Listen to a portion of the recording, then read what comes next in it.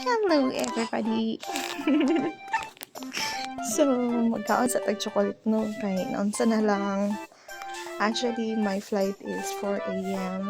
Ay, 4:40 na move siya actually. Tapos, delay pa rin siya. So, nag-enjoy ako sa akong gikaon thanks to Kenchi and also Ate Joy for the pabaong chocolate. And, ano ba sa ko diri? Okay, kasi tapos na, ay di, gusto na ako mag-mask kasi maulaw na ako. Actually, daghan nagtao sa akong atubangan, pero kiber. So, that's the airport. Usually, pag Jensen ka, diri ay Terminal 3.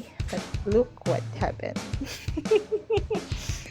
Nakatawa na lang ko sa akong sarili kasi as in, di page na akong pangan. Naman good ko gatuan na store. Nagtanaw-tanaw ra good. Naunsa ba nga? Mo lagi na siyang ginaingon nga di lagi magsaligno, pero tanaw mo guna ko sa oras 4 pa, so 4:40 man dapat. Ambot na unsa to. Thank God, nakasakay ra jud gyapon. Ako lang ang naulahi. And finally, thank God, nakatungtong jud sa Jensen. Around 6 siguro ni siya.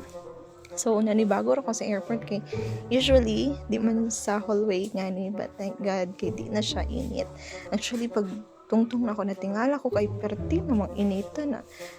Buntag, alas 6 pa na siya, ha? So, munang itsura. Grabe gihapon siya ng favor ni Lord. So, to God be all the glory.